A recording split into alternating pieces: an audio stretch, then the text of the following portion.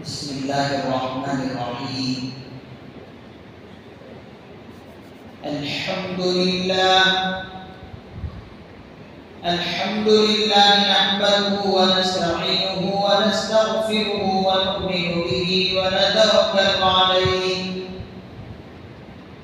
ونعوذ باللہ من شرور انفسنا ومن سیئات اعمالنا من يهده الله فلا مضل له ومن يضلل فلا هادي له ونشهد أن لا إله إلا الله وحده لا شريك له ونشهد أن سيدنا وسندنا ونبينا ومولانا محمدا عبده ورسوله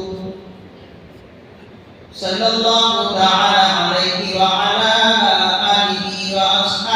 وأزواجه وذرياته وبارك وسلم تسليما كثيرا أما بعد فأعوذ بالله من الشيطان الرجيم بسم الله الرحمن الرحيم ألم نشرح لك صدرك وقال النبي صلى الله عليه وسلم إنما بعثت لأتمم مكارم الأخلاق أو كما قال النبي صلى الله عليه وسلم رب اشرح لي صدري ويسر لي أمري واحلل عقدة من لساني يفقهوا قولي اللهم صل على سيدنا محمد وعلى آل سيدنا محمد وبارك وسلم. سارے حضرات مرتبہ محبت کے ساتھ ادب کے ساتھ عظمت اور احترام کے ساتھ دل کی گہرائیوں سے درود پاک پڑھیں. اللهم صل على محمد النبي الأمي وعلى آله وسلم تسليما.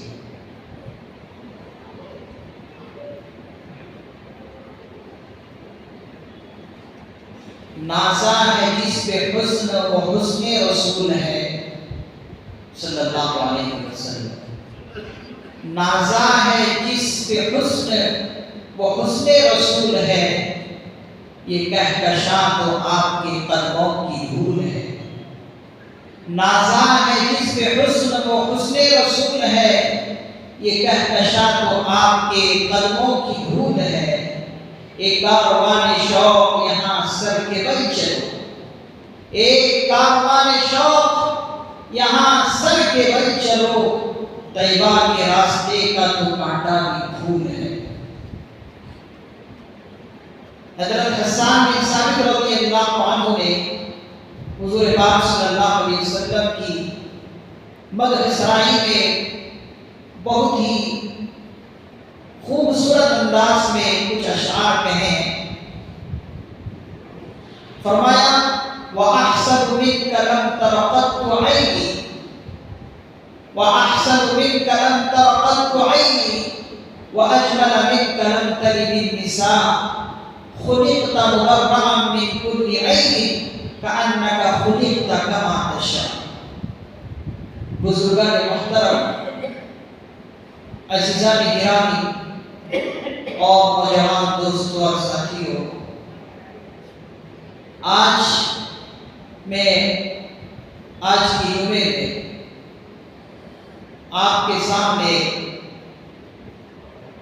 جس عنوان پر خطاب کرنے جا رہا ہوں وہ ہے حضور صلی اللہ علیہ وسلم کا انسانیت کے نام پیغام. اللہ تعالیٰ سے دعا ہے کہ اللہ تعالیٰ مجھے شرح صدر کے ساتھ قرآن حدیث کی روشنی میں سچی اور صحیح بات کہنے کی توفیق نصیب فرمائے اور ہم سبوں کو اس پر عمل کرنے کی توفیق نصیب فرمائے. حاضرین مکرم, آج ربیع الاول کی 2 تاریخ ہے. یہ ربیع الاول کا جو مہینہ ہے یہ بڑا ہی بابرکت مہینہ ہے۔ بعض حضرات علماء کرام اس مہینے کے ساتھ ربیع الاول شریف کا بھی لفظ ملا دیتے ہیں،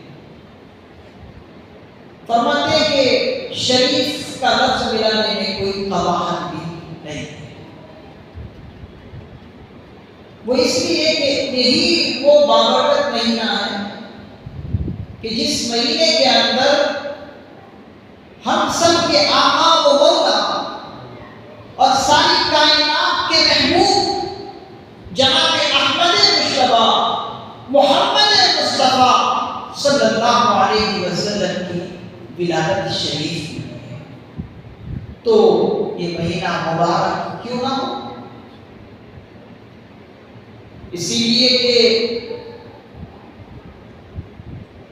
بعض حضرات نے فرمایا کہ حضور علیہ السلام جہاں پر چل کر چلے جائیں، جس زمین پر آپ کا قدم مبارک پڑا ہے، جس زمین پر آپ کا قدم مبارک پڑا ہے، وہ جگہ بھی بہت متبرک ہوا کرتا ہے،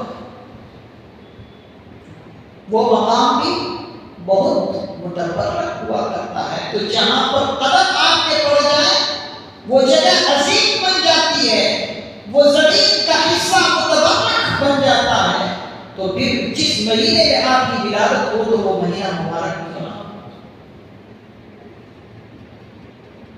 تو دنیا کے اندر ایک ہی شخصیت ہے جن کو آئیڈیل بنایا جا سکتا ہے۔ اس پوری دنیا کے اندر اگر کوئی شخص واحد ہے تو وہ ایک ہی ہے جسے آئیڈیل اور نمونہ بنایا جا سکتا ہے، اور وہ ہم سب کے آقا جناب محمد مصطفیٰ محمد مصطفیٰ صلی اللہ علیہ وسلم کی ذات گرامی ہے۔ ہر انسان حضور صلی اللہ علیہ وسلم کو آئیڈیل بنا سکتا ہے، چاہے کوئی جاہل ہو، ان پڑھ ہو، پڑھا لکھا ہو، انجینئر ہو، ڈاکٹر ہو، حاکم ہو، جمیل ہو، مجاہد ہو، جو بھی انسان اگر کسی شخص کو آئیڈیل بنا سکتے ہیں تو وہ صرف واحد حضور علیہ السلام کی ذات گرامی ہے۔ حضور علیہ السلام کو آئیڈیل کیوں بنایا جائے اور کیوں صرف حضور ہی کو آئیڈیل بنا سکتے ہیں؟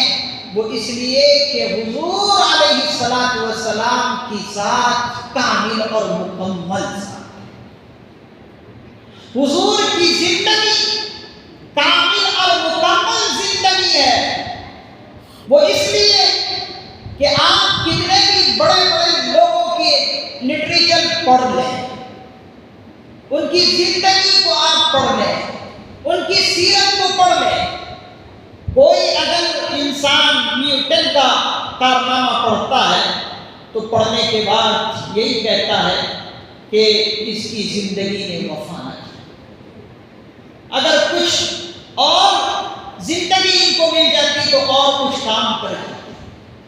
کوئی اور سائنسداں یا کسی عظیم شخصیت کی آپ تاریخ پڑھیں، سیرت پڑھیں تو پڑھنے کے بعد آدمی یہی کہتا ہے کہ ان کی زندگی نے وفا نہ کی۔ اگر کچھ اور زندہ رہتے تو کچھ اور بھی کام کر کے جاتے۔ اور اسی طریقے سے کسی فاتح کی زندگی آپ پڑھیں تو فاتح کی زندگی یعنی فتح کرنے والے کی زندگی کو اگر آپ پڑھیں گے تو پڑھنے والا یہی کہے گا کہ کاش کہ کچھ اور زندگی ان کو ملتی، کچھ اور وقت زندہ رہتے تو اور بھی مقامات کو فتح حاصل کر سکتے تھے، اپنے قبضے میں لے آ سکتے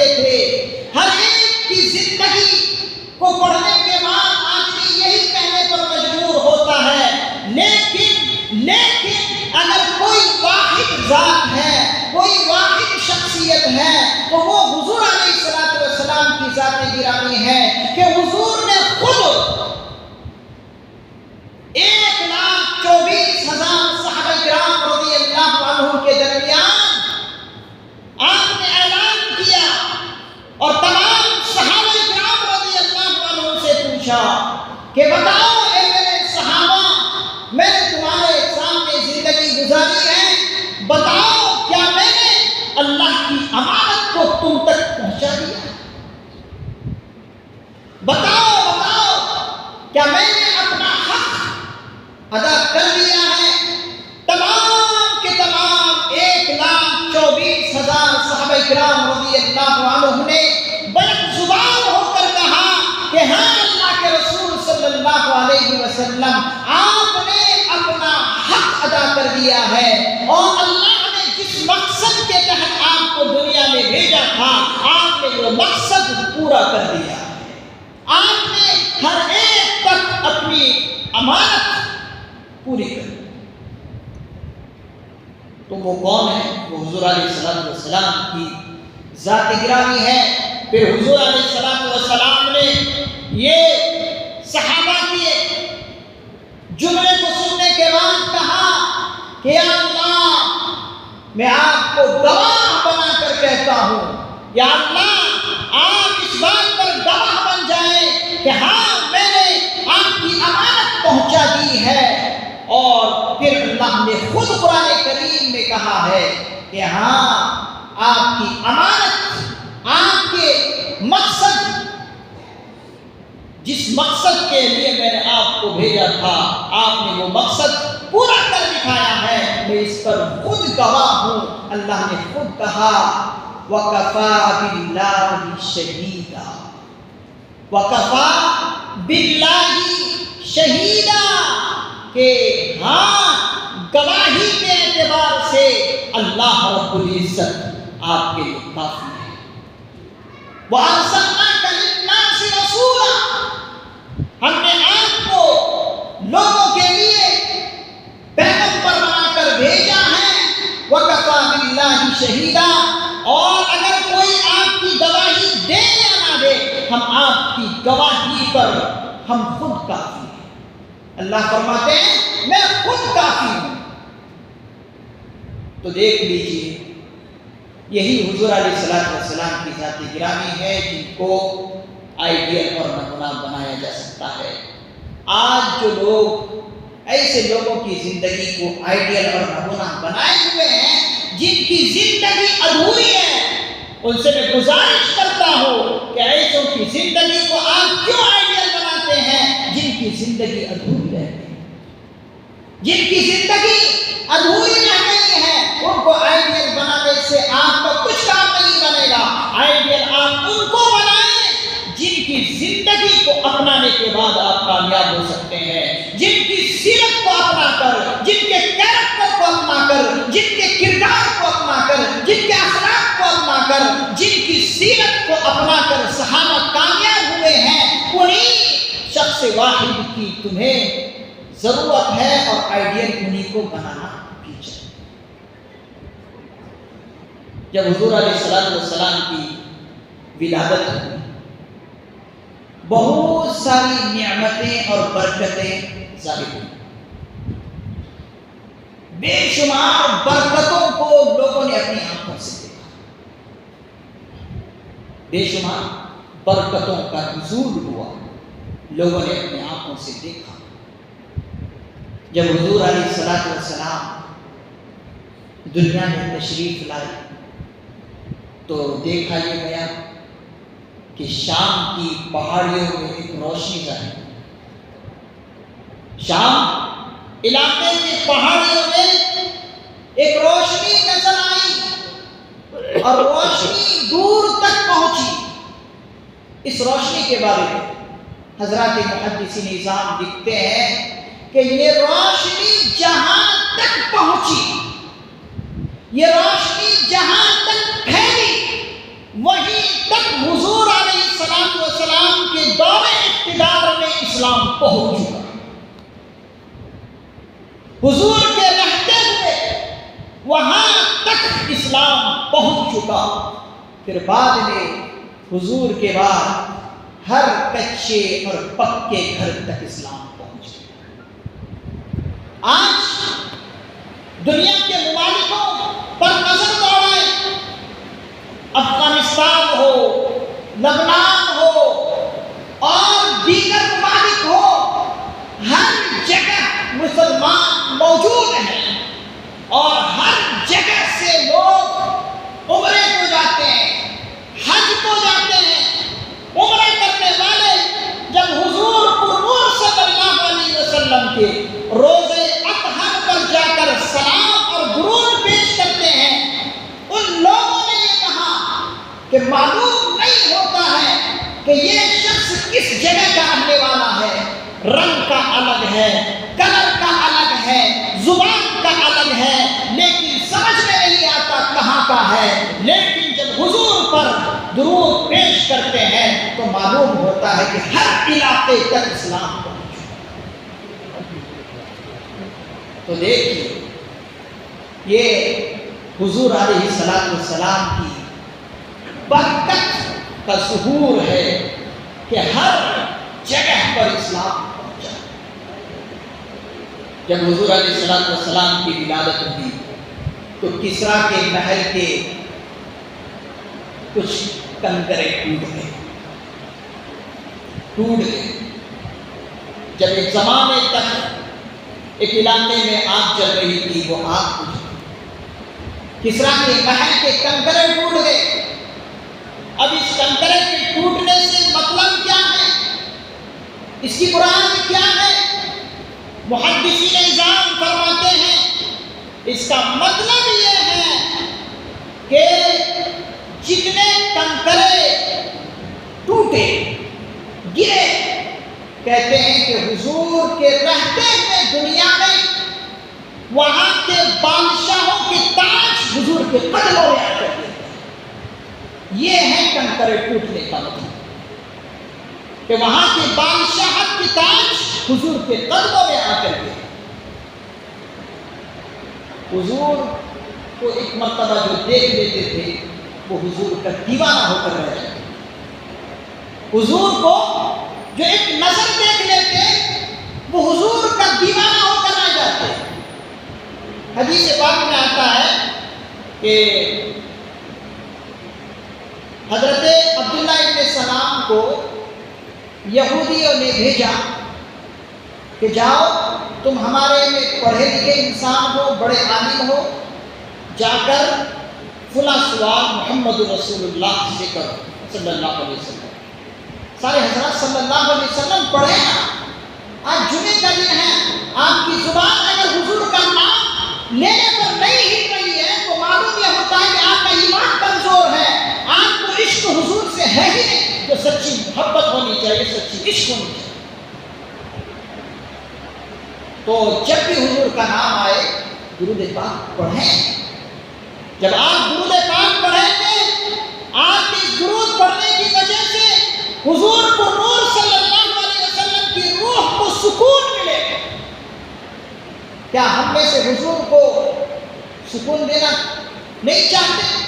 ہر ایک کی ایک خواہش ہوتی ہے کہ حضور کی روح کو سکون پہنچے۔ تو جب بھی حضور کا نام لیا جائے درود پاک پڑھیں۔ تو عبداللہ ابن سلام حضور کی خدمت میں یہودیوں کی طرف سے آئے، آ کر حضور کی خدمت میں بیٹھے تو حضور کو دیکھتے دیکھتے رہے، حضور کو دیکھتے ہی رہے۔ جو سوالات لے کر آئے تھے اپنے قوم کی طرف سے وہ سارے سوالات بھول گئے حضرت عبداللہ ابن سلام، جو کہ یہودیوں کے بڑے عالم تھے۔ آتے ہی حضور کو جب انہوں نے دیکھا تو سارے سوالات بھول گئے اور کہا کہ اللہ کے رسول صلی اللہ علیہ وسلم آپ مجھے سب سے پہلے کلمہ پڑھا دیں، آپ مجھے سب سے پہلے کلمہ پڑھا دیں۔ دیکھیے ایک نظر پڑتے ہی حضور کے دیوانے ہو گئے اور اسلام قبول کر لیا۔ اسلام قبول کرنے کی خبر ان کے قوم کے لوگوں تک پہنچی تو انہوں نے کہا یہ عبداللہ ابن سلام، تم نے تو ہماری ناک ہی کٹوا دی، بھیجا تھا کس لیے اور کیا کرنے؟ تم نے ہماری ناک کٹوا دی۔ انہوں نے کیا جملہ فرمایا، کیا جواب دیا، سنیے مسلمانوں۔ اسے کہتے ہیں حضور کے دیوانے، اسے کہتے ہیں ثابت رسول، رسول سے سچا عشق کرنے والا۔ انہوں نے کہا جس پیغمبر کے پاس تم بھیجے ہو اس پیغمبر کا چہرہ ایسا نور والا ہے کہ اس کا چہرہ کبھی جھوٹا ہو ہی نہیں سکتا۔ تم کہتے ہو کہ کیسے اسلام قبول کر لیے تم نے؟ میں نے اس کے چہرے کو جب دیکھا تو میرے دل یہ کہنے لگا کہ ایسا شخص کا چہرہ کبھی جھوٹا نہیں ہو سکتا، یہ سچے۔ تو اسے کہتے ہیں عشق رسول، اسے کہتے ہیں حضور سے سچی محبت کرنے والا۔ آج اگر ہم حضور سے محبت کرنے کا دم بھرتے ہیں تو عزیزان گرامی اس بات کو اپنے ذہن میں بٹھا لیں اور پتھر کی لکیر کی طرح اٹھائیں کہ اگر آپ یا میں حضور سے محبت کا دھم بنتے ہیں تو پھر ہماری شکل و صورت سے حضور کی محبت اور حضور سے محبت کا دعویٰ نظر آنا چاہیے۔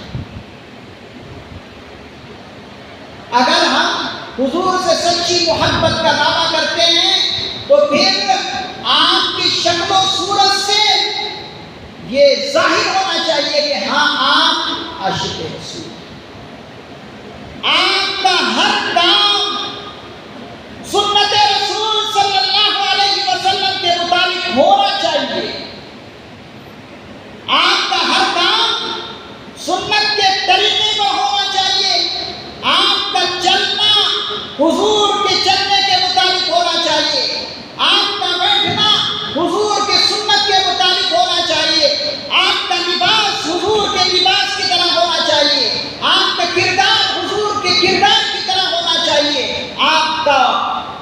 آپ کی گفتار، آپ کی بولی چالی حضور جیسی ہونی چاہیے، وہی اخلاق ہونی چاہیے جو حضور کے اندر پیوست تھے، جو حضور اپنے اندر اخلاق لیے ہوئے تھے، وہی اخلاق ہمیں پھر اپنی تصویر کے ذریعے سے لوگوں کو بتانا چاہیے۔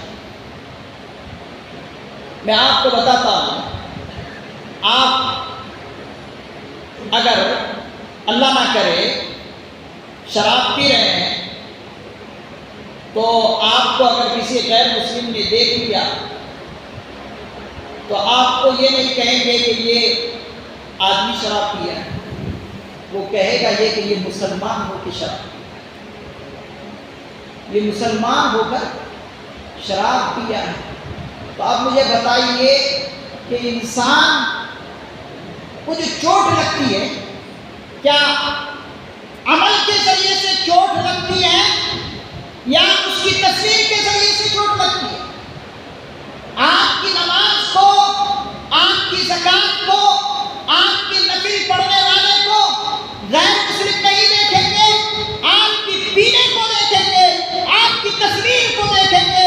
اگر آپ کی تصویر حضور کی تصویر سے ملتی ہے، اگر آپ کی تصویر صحابہ کی تصویر سے ملتی ہے، اگر آپ کی تصویر تابعین سے ملتی ہے، اگر آپ کی تصویر تبع تابعین سے ملتی ہے، اگر آپ کی تصویر اولیاء اعظام سے ملتی ہے، اکابرین سے ملتی ہے، تو پھر آپ کو بس اتنا ہی کرنا ہے کہ آپ لوگوں کے سامنے اپنی تصویر پیش کریں، خود غیر مسلم تک اسلام پہنچ جائے۔ آپ کو بس اتنا کرنا ہے کہ آپ اپنی تصویر کو صحیح بنا لیں۔ اپنی تصویر صحیح بنا لینے کے بعد آپ نماز پڑھیے، نماز کے اندر آپ کو شوق اور جذبہ نصیب ہوگا، آپ کو نماز کے اندر خشوع اور خضوع مل جائے۔ میں ایسے نوجوانوں سے کہنا چاہتا ہوں جو 12 ربیع الاول کے دن ڈھول اور تاشے بجاتے ہیں، ناچ اور گانا کی محفلیں قائم کرتے ہیں، طرح طرح کی مزہ سرائی کرتے ہیں۔ میں ایسے نوجوانوں سے کہتا ہوں، اے نوجوانوں، تمہارے دل پر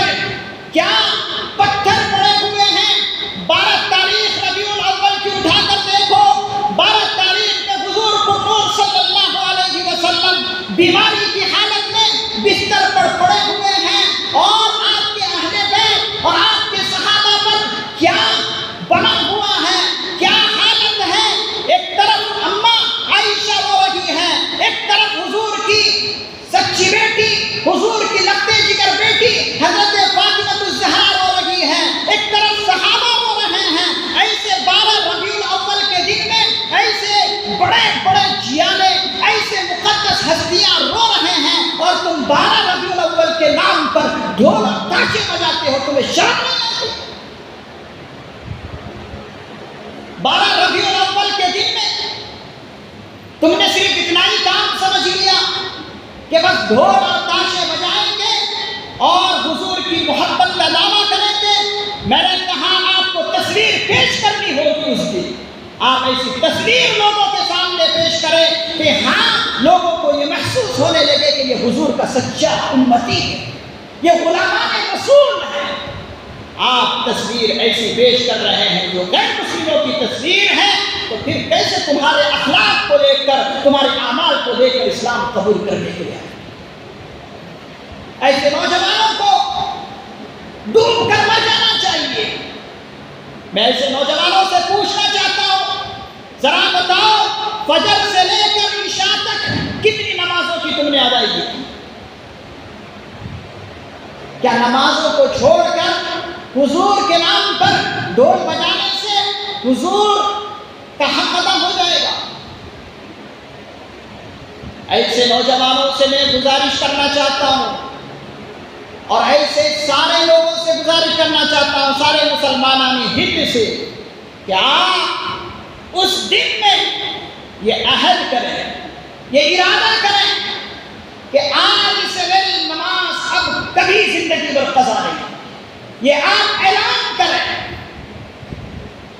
ساتھ ہی ساتھ یہ اعلان کریں آج کی تاریخ سے، جو 12 ربیع الاول کا دن آئے گا، اس تاریخ سے یہ اعلان کریں کہ میں بیواؤں کا ساتھ دوں گا، میں یتیموں کا ساتھ دوں گا، میں کمزوروں کو اٹھا کر کھڑا کروں گا، میں بے سہاروں کو سہارا دوں گا۔ اگر آپ نے 12 ربیع الاول کے دن میں ایسے کام کر لیے تو اللہ بھی خوش ہو جائیں گے، اللہ کے رسول صلی اللہ علیہ وسلم بھی خوش ہو جائیں گے۔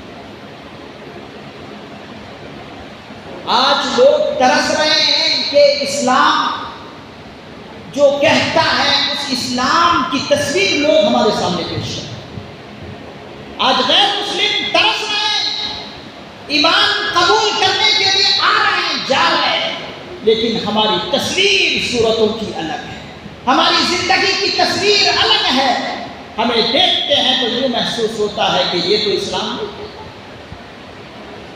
تو ضرورت ہے کہ ہم اپنے آپ کو حضور کی سنتوں سے سجائیں، حضور کے اخلاق سے سجائیں، حضور کے کیریکٹر سے سجائیں، حضور کے احوال اور اقوال سے سجائیں۔ پھر دیکھیے کون مائی کلام ہے جو اسلام کے خلاف بھونکے گا؟ اس کی ماں نے ایسا کوئی بچہ جنا ہی نہیں ہوگا کہ جو حضور کی شان میں گستاخی کرے۔ حضور کی شان میں تو وہی گستاخی کر سکتا ہے جو صحیح طریقے سے دنیا میں آیا ہی نہیں۔ 10 مرد ایسی عورتوں سے زنا کر کے ایسی اولاد پیدا ہوگی جو حضور کی شان میں گستاخی کرے۔ نہیں تو جو سچا اور اچھا انسان ہوگا وہ حضور کی شان میں گستاخی کرے؟ کوئی کر نہیں سکتا، کرے گا وہی جو ولد زنا ہے، زنا سے پیدا ہوئی اولاد ہے، وہی حضور کی شان میں گستاخی کر سکتا ہے۔ تو ضرورت ہے کہ ہم ربیع الاول کے مہینے میں اسلام کا پیغام لوگوں تک پہنچائیں۔ اسی لیے میں نے آج عنوان ہی چنا ہے، حضور صلی اللہ علیہ وسلم کا انسانیت کے نام پیغام۔ یہ موضوع بہت اچھوتا ہے اور بہت عظیم اور بابرکت موضوع ہے، اس پر کئی ہفتے مجھے بات کرنی ہے۔ میں آپ سے گزارش کرتا ہوں کہ اس مہینے میں زیادہ سے زیادہ عبادتوں کا اہتمام کریں، آپ تہیہ کریں، ارادہ کریں، کہ یہ مہینہ ایسا ہے کہ اسی مہینے سے مجھے اپنی زندگی کی لائن کو بدلنا ہے، میں اپنی زندگی کو مجھے اسی لائن میں بدلنا ہے، اسی مہینے سے بدلنا ہے۔ آپ عہد اللہ کریں۔ ہمارے سامنے بہت سارے مسائل ہیں، جیسے کہ وقف ترمیم بل کا مسئلہ ہے۔